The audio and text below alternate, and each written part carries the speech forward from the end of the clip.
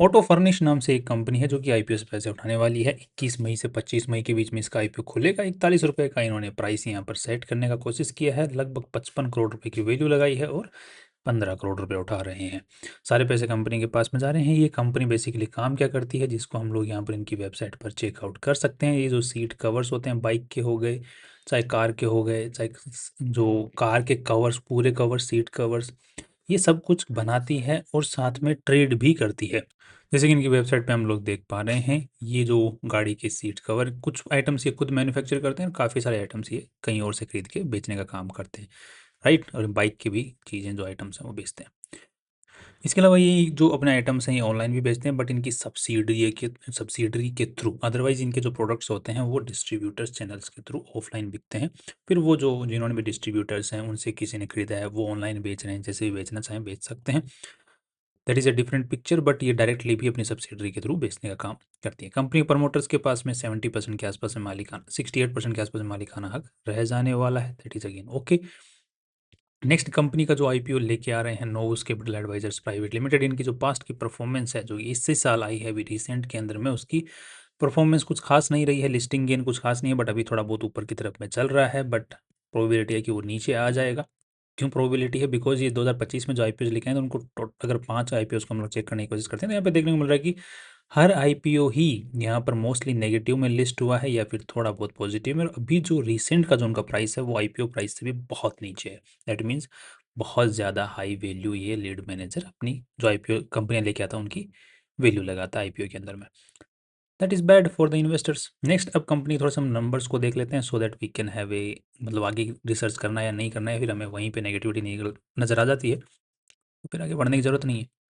Balance sheet को देखने की कोशिश करते हैं। यहाँ पे 16 सीआर था 2024 में, फिर 25 में 23 सीआर हुआ, फिर अभी दिसंबर तक का डेटा है तो 33 सीआर यहाँ पर हो गया लगभग 9 महीने के अंदर में। तो यहाँ पर जो ये जो नंबर बढ़ा है, बैलेंस शीट की साइज़ बढ़ी है, ये खुद थोड़ा बहुत प्रॉफिट भी कंपनी ने कमाया, जो कि हम लोग यहाँ पर देख सकते हैं, राइट। और साथ में कंपनी ने लोन भी अच्छा खासा लिया है, और माल भी उधारी में उठाया है।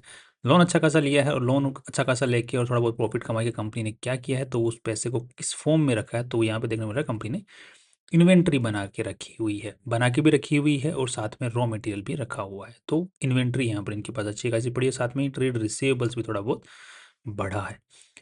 That is okay, that is fine, but यहाँ पर this is not okay, because जिस टाइप का कंपनी काम करती है, सेगमेंट में काम करती है, जैसे सीट कवर, सीट वगैरह सब कुछ, तो मान के चलो कि अभी रिसेंट के अंदर में किसी एक चीज़ का सीट्स का ट्रेंड बना हुआ है, या फिर कोई काइंड ऑफ एक हाइप बना हुआ है।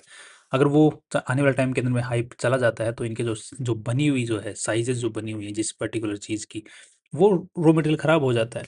तो ये थोड़ा सा इशू है, बट इतना बड़ा इशू नहीं है, बिकॉज कंपनी को पहले से अंदाज़ा रहता है कि हाँ, इतने यूनिट्स हैं, इतने निकल सकते हैं पास्ट परफॉर्मेंस के हिसाब से, but still an issue is there. दूसरा, यहाँ पर आईपीओ के अंदर में पैसा उठाने के लिए बैलेंस शीट की जो साइज़ है वो बढ़ाई हुई नज़र आ रही है, जिसको हम लोग यहाँ पर देख सकते हैं, जो कि हमें यहाँ पर देखने को मिल रहा है कि कंपनी ने इन्वेंट्री सिर्फ खरीद ली है अच्छी खासी। और मैं आपको एक चीज़ और दिखाऊंगा, जो कि प्रोडक्शन यूटिलाइजेशन है। सो यहाँ पर हम जो प्रोडक्शन के नंबर्स हैं, इनको देख सकते हैं। ये देखो, इंक्रीज होते जा रहे हैं हर साल, दैट इज़ नाइस। 24 के मुकाबले 25 में इंक्रीज हुए, 25 के मुकाबले यहाँ पे अभी 9 महीने के अंदर में कुछ खास इंक्रीज नहीं है, बट अभी एक्सपेक्टेड है कि जो आईपीओ से पैसे उठा रहे हैं, उससे ये प्रोडक्शन कैपेसिटी इंक्रीज करना चाहते हैं। बट यहाँ पर जो प्रोडक्शन कैपेसिटी यूटिलाइजेशन है, वो अच्छा खासा यहाँ पे यूटिलाइज हुआ है 2024 से 25 के अंदर में, राइट। अच्छा खासा यहाँ पर इंक्रीज हुआ है। ये जो इंक्रीज हुआ है, ये बेसिकली अगर आप लोग एक चीज़ चेक करोगे, ये इस नंबर्स को ध्यान देख लेना, और दिसंबर के अंदर में भी थोड़ा बहुत इंक्रीज यहाँ पर देखने को मिल रहा है, और यूटिलाइजेशन अच्छा खासा देखने को मिल रहा है। तो यहाँ पर हमने रिसेंट नंबर अभी देखा कि जो इन्वेंट्री है वो अच्छी खासी पड़ी रह गई है, राइट। और जो पिछले साल भी जो अच्छी खासी जो इन्वेंट्री बिकी थी, मतलब माल बिका था, वो उधारी में रह गया, मतलब उसका पेमेंट बाकी है, अभी भी काफ़ी अच्छा खासा पेमेंट आना बाकी है, जो कि ट्रेड रिसीवेबल्स में कन्वर्ट हो गया। तो ये पुश ऑन सेल है, जो कि आईपीओ के अंदर में मुझे लग रहा है कि हाइप बनाने के लिए नंबर्स दिखाने की कोशिश की गई है, जो कि नज़र आ रहा है पर्टिकुलरली, जिसको आप यहाँ पर देख सकते हैं। 24 के अंदर में अच्छे खासा वहाँ पे प्रोडक्शन कैपेसिटी यूटिलाइजेशन हुआ, तो यहाँ पर सारे नंबर्स बेकार हो गए, बिकॉज यहाँ पर काफ़ी 5.5 करोड़ रुपए ट्रेड रिसीवेबल्स में कन्वर्ट हो गए। इस साल भी जो है वो रिकवरी नहीं हुई, जबकि उधारी और बढ़ गई है।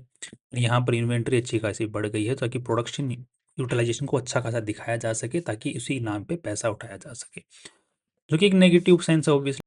अब ट्रेड रिसीवेबल्स अगर नेट प्रॉफिट के मुकाबले कम है तो कोई इश्यू नहीं बनता है, बट नेट प्रॉफिट से ज़्यादा है इसका मतलब कंपनी पे लोन की, उधारी की जो है मार पड़ने वाली है। तो यहाँ पर देखने को मिल रहा है कि पिछले साल इन्होंने कमाए हैं 3.5 करोड़ रुपए और उधारी रह गई है, वो बढ़ गई थी 5.5 करोड़ रुपए से। इसका मतलब मार झेलनी पड़ी। इस साल जो है उधारी जो है कम बढ़ी है, बट अगेन जो नेट प्रॉफिट है वो बढ़े हैं, बट अगेन यहाँ पर जो इन्वेंट्री बढ़ गई है।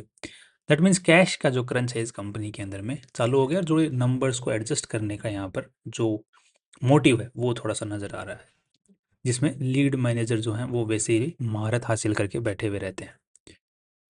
अब कंपनी को देखा जा रहा है तो 2015 की खुली हुई कंपनी है, काफ़ी पुरानी कंपनी, जिसको हमने क्रॉस चेक भी किया अमेजोन और फ्लिपकार्ट का जो डेटा है वहाँ पर जो कमेंट्स लोगों ने किए हैं उसके हिसाब से।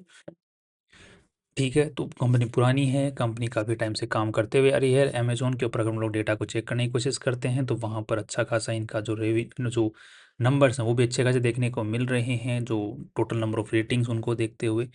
So everything is looking good, but the problem here is, एक तो नंबर्स को एडजस्ट करने का कोशिश करने का जो मोटिव है, वो नज़र आता है।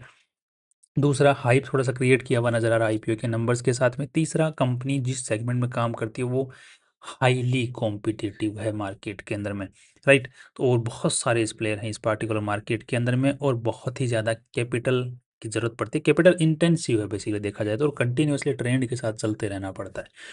तो ये थोड़े से इश्यूज़ हैं इस पर्टिकुलर, और पैसा अटकने के बहुत ज़्यादा चांसेस इस टाइप के बिज़नेस में रहते हैं, क्योंकि अब यहाँ पे देख रहे हो कि इनके मोटर रेंज जो जो पर्टिकुलर ये जो कवर है, ये 300 रुपये में ऑनलाइन बिकता है। तो अब 300 रुपये में आप भी सोच सकते हो कि क्या मार्जिन बचता होगा।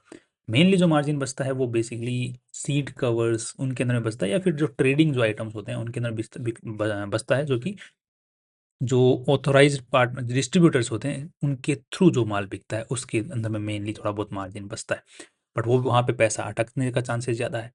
तो ये थोड़े से रिस्क इस पर्टिकुलर बिजनेस से रिलेटेड ज़्यादा है, जो कि फ्यूचर के अंदर में मुझे लगता है कि आखिरकार ये कंपनी हार, मुझे लग रहा है हार मानती हुई दिख रही है। पर्टिकुलर कंपनी जो मैनेजमेंट है वो इस पर्टिकुलर धंधे के साथ में, तो आने वाले टाइम के अंदर में जो बिजनेस है ये और जो है कर्जे में डूबता हुआ नजर आ सकता है। आज के दिन जो इस कंपनी की पूरी वैल्यू लगाई है लगभग 55 करोड़ रुपए की लगाई गई है यहाँ पर, जिसको आप लोग यहाँ पर चेकआउट कर सकते हैं। आने वाले टाइम के अंदर में हो सकता है कि ये इस वैल्यू से भी नीचे चला जाए, या फिर थोड़ा बहुत पंप एंड डंप वाली जो स्कीम्स होती हैं यूजुअली छोटी कंपनी में देखने को मिलती हैं, तो वो अभी आपको देखने को मिल सकती है, पॉसिबिलिटी है।